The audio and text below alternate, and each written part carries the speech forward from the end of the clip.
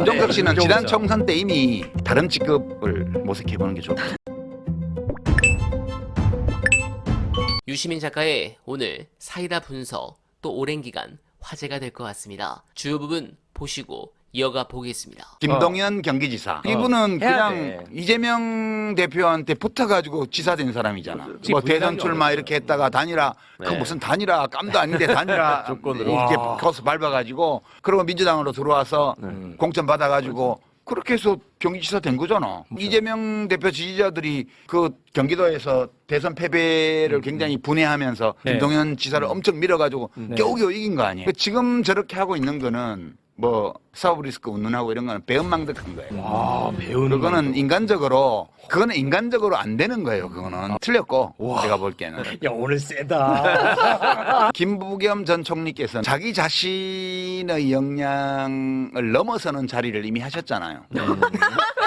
문재인 대통령이 자기 자신을 알아봐주고 그 총리까지 기용해준 것에 대해서 정말 감사히 여기고 나라를 위해서 그 시기 동안 일했던 것을 기쁨으로 간직하면서 그러면 이제는 저 무심하게 바둑두는 이창호 국수 구단처럼 뭐 젊은이들하고 바둑두면서 저도 오늘 많이 배웠습니다. 이런 자세로 살아가시는 게 얼마나 좋겠어요. 그렇게 하시고요. 뭐 그렇게 뭐 제3지대 뭐 누구누구를 모아서 그런 거는 이제 딴 사람한테 맡기고 그렇게 하시고 책 많이 읽으시고 유튜브도 많이 보시고 네. 그렇게 사시기 바라고요. 김경수 전 지사는 굉장히 저는 이제 억울하게 징역을 살았다고 생각해요. 억울하게 징역을 살았다고 생각하고 그때 문재인 대통령 후보의 선거가 넉넉하게 600만 표를 이기냐 못 이기냐 이걸 다투고 있을 때 뭐하러 가서 그 드루킹하고 같이 뭘 조작을 하고 그러겠어요. 저는 김경수 씨는 정말 억울하게 감옥을 살았다고 생각해요. 네. 근데 지금 다시 정치를 재개하고 싶잖아요. 대권 도전도 하고 싶잖아요. 전 좋다고 봐요.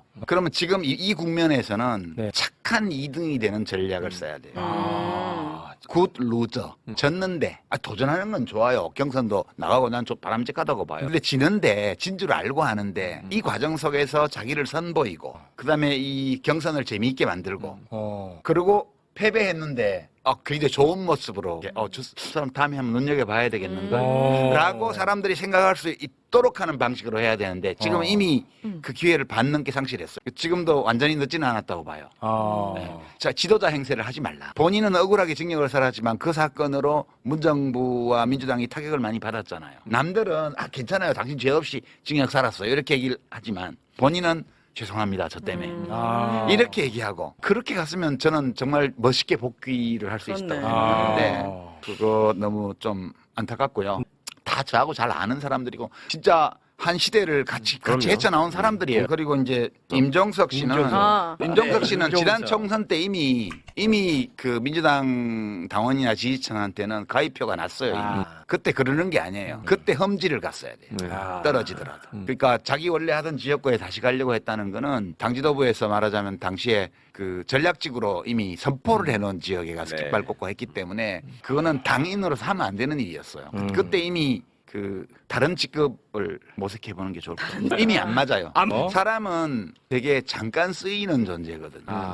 그러니까 그 역사 속에서 보면 아무리 뛰어나고 어떤 의지가 굳고 심성이 훌륭하고 이런 사람도 오랫동안 계속 쓰이기 어려워요. 이게 잠시 쓰이면 그걸로 만족하는 게 좋아요. 이게 다 쓰였던 사람들이잖아. 한 번 쓰였으면 더 쓰일 수 있으면 더 좋겠지만 그것만으로라도 만족하는 게 좋다고 봐요. 저는 그렇게 보는 입장이고 누가 하나 더 남았나? 이분은 누구세요? 그 김두관 씨는 그러니까 이제 87년 6월 항쟁이 나고 나서 어떤 사람들은 공장에 남아서 노동운동 쪽으로 그냥 남았고 어떤 분들은 시민단체를 조직해서 시민운동 쪽으로 나가고 또 한쪽은 언론, 한겨레 신문 같은 거 만들어서 언론 쪽으로 가고 또 하나는 정치로 들어와서 그때 평화민주당으로 들어와서 쭉 이어진 노무현 대통령, 이해찬 대표 뭐 이런 분들이 그렇게 한 4갈래 정도로 흩어졌습니다. 근데 그때 사람들이 주목하지 않았지만 지역운동으로 들어간 사람들이 있어요.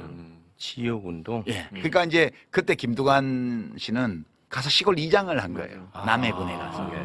그거로 시작해서 지역운동을 시작을 해가지고 군수를 하고 그리고 이제 노무현 대통령이 발탁해서 행정자치부 당시에 지금 행안부죠. 장관을 하고 최연소 장관으로 첫 내각에 들어갔죠.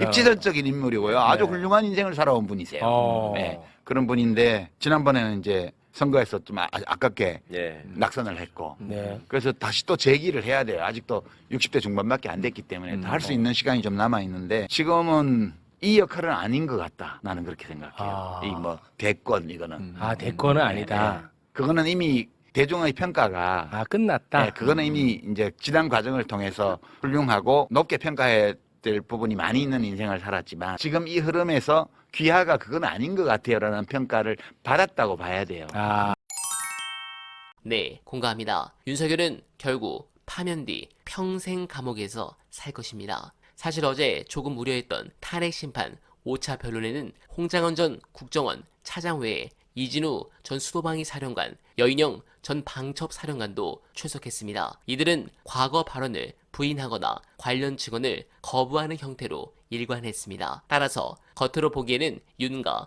비슷한 입장을 보였다고 볼 수 있으나 이들의 주장은 나는 지시에 따랐을 뿐이고 그때 당시에는 그 지시가 부당한지 어떤지를 파악하기 힘들었다는 것에 맞춰져 있습니다. 즉 윤을 변호하는 게 아니라 자신들을 변호하는 것입니다. 따라서 일견 윤 쪽과 같은 입장인 것처럼 보이지만 실제로는 책임을 윤석열 쪽에 넘기는 것입니다. 그런데 이런 상황에서도 최상무기는 특검에 연달아 거부권을 행사하고 심지어 마은혁 재판관 임명도 거부하고 있습니다.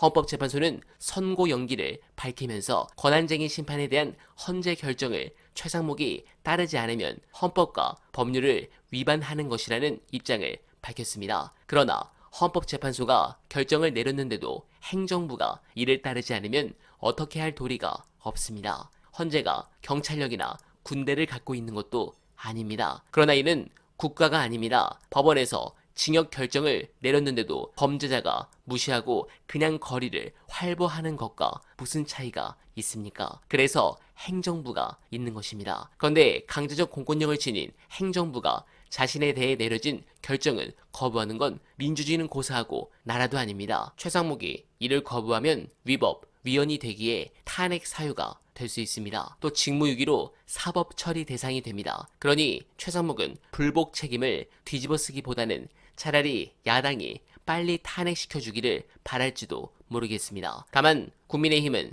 최상목에게 헌재 결정 나와도 따르지 말라고 했지만 나중에 문제가 생기면 그 책임은 온전히 최상목 몫입니다. 이제 중요한 건 참교육입니다. 한덕수를 아직도 구속하지 않았으니 저렇게 나대는 겁니다. 본보기가 필요합니다. 정권이 교체된 다음에도 통합 이런 거 필요 없이 저 인간들을 모조리 잡아넣어 역사의 교훈으로 남기길 간절하게 바라며 원하면은 오늘도 최선을 다하겠습니다. 여러분 고맙습니다.